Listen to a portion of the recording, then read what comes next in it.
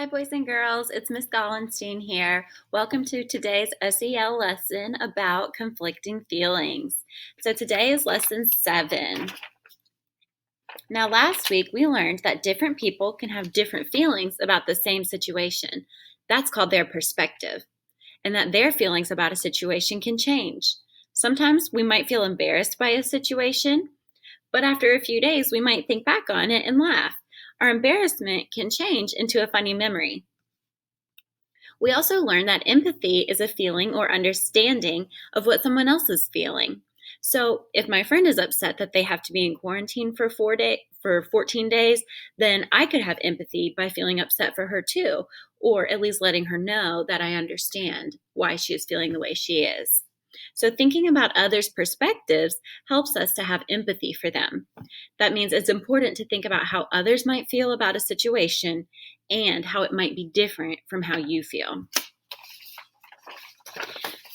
Empathy is a feeling or understanding of what someone else is feeling. So having empathy means looking at someone's face and body for clues about how they're feeling.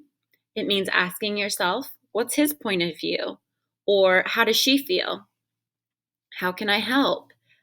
Or what's a kind thing to say? Compassion is empathy in action. Let's listen to the empathy song. Remember, make a heart with your fingers when you hear the word empathy.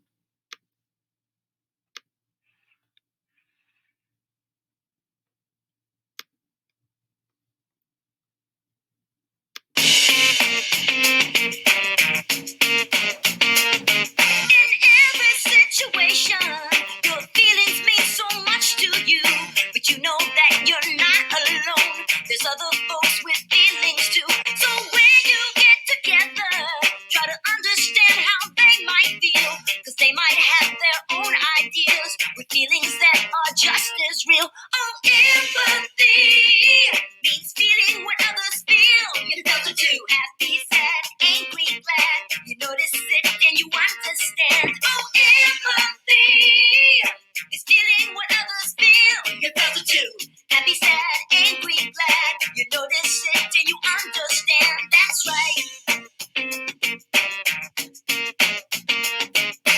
Empathy means trying to understand how another feels. See the clues on a person's face, then wonder what's their point of view. The next step is compassion. That's being kind and finding ways to help a friend. That's easy when you understand. Oh, empathy means feeling what others feel. You felt it too. Happy, sad, angry, glad. You notice it and you understand. Oh, empathy is feeling what others feel. You felt it too.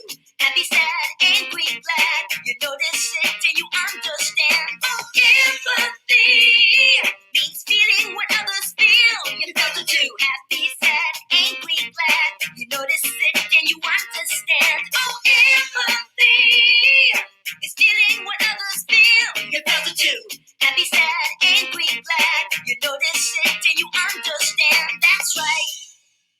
All right. Great job, everyone.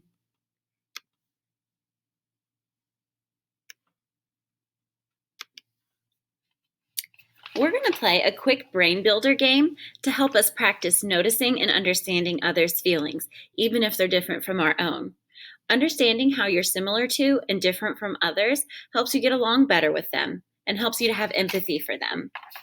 This game is called 2 Thumbs Up.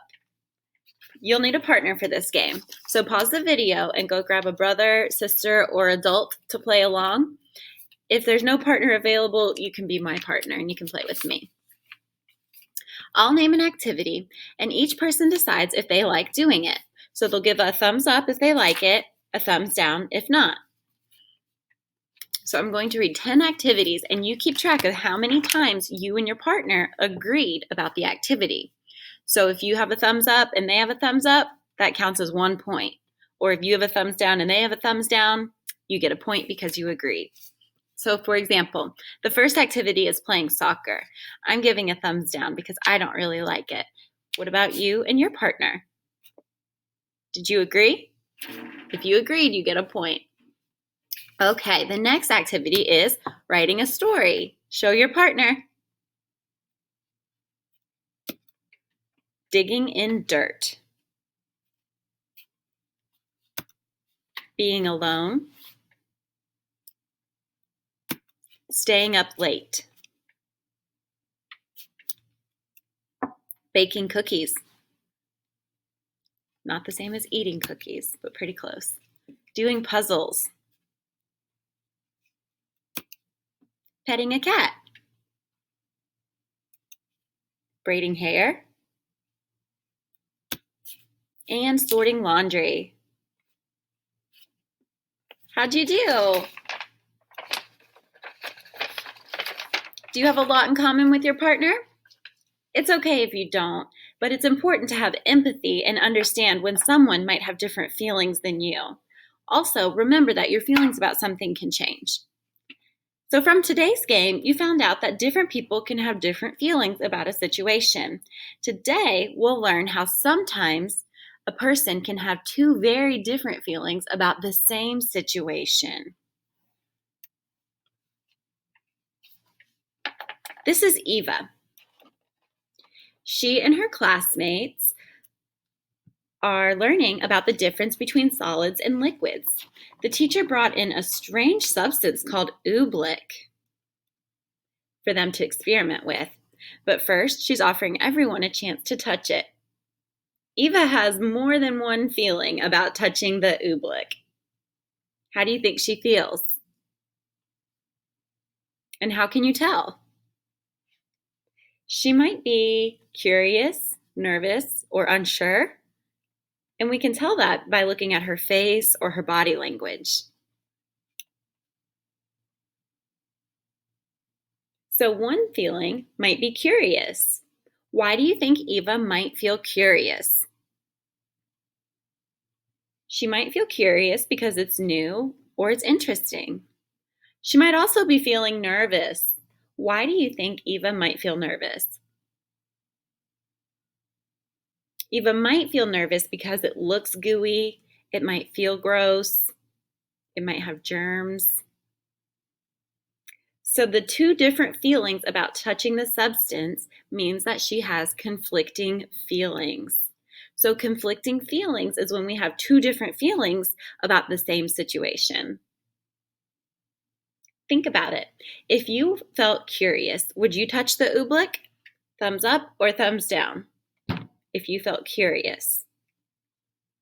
What about nervous? If you felt nervous, would you touch it?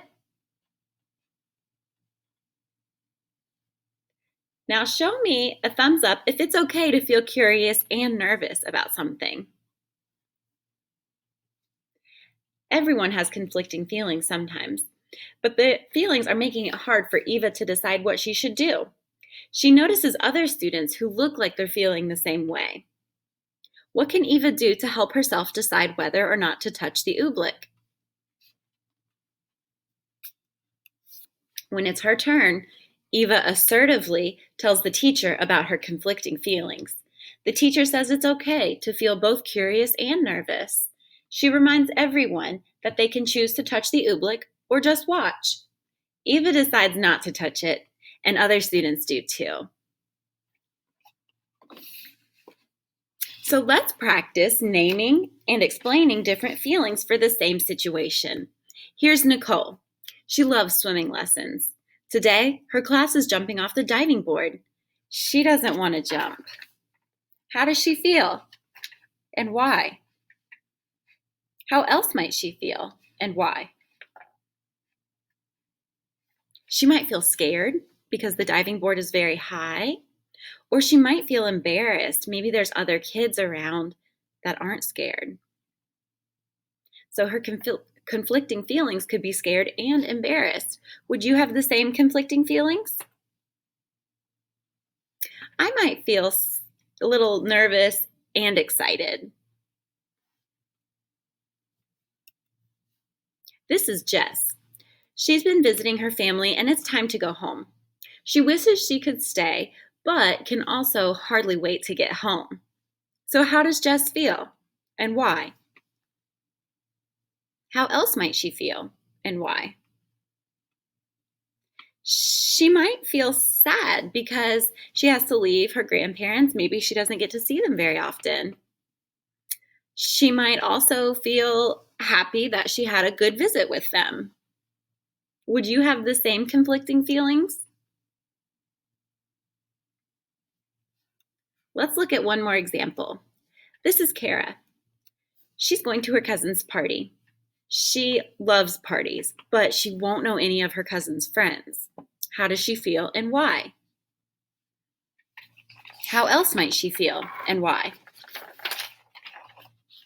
She might feel excited because she loves parties, cake and ice cream. Maybe it's a roller skating party. But she's also probably nervous because she doesn't know if her cousin's friends will include her and be nice to her. So exciting and nervous are conflicting feelings. Would you have the same conflicting feelings? I think I would. Today, you've learned that people can have conflicting feelings about a situation. Like Eva feeling both curious and nervous about touching the oobleck. You might have even had conflicting feelings about school switching back to virtual. I know I did. I felt excited because I would get to sleep in a little later and spend more time at home with my family and my dogs. But I also felt sad because I wouldn't get to see my students every day and my friends here at school. So it's okay to have conflicting feelings about things just like virtual learning. Remember, it's okay to have conflicting feelings about a situation. Now, what is it that helps us notice and understand others' feelings? We've been talking about it in SEL for a few weeks now. Did you say empathy? Empathy helps us notice and understand others' feelings. Be sure to practice empathy and check out next week's SEL lesson. Bye.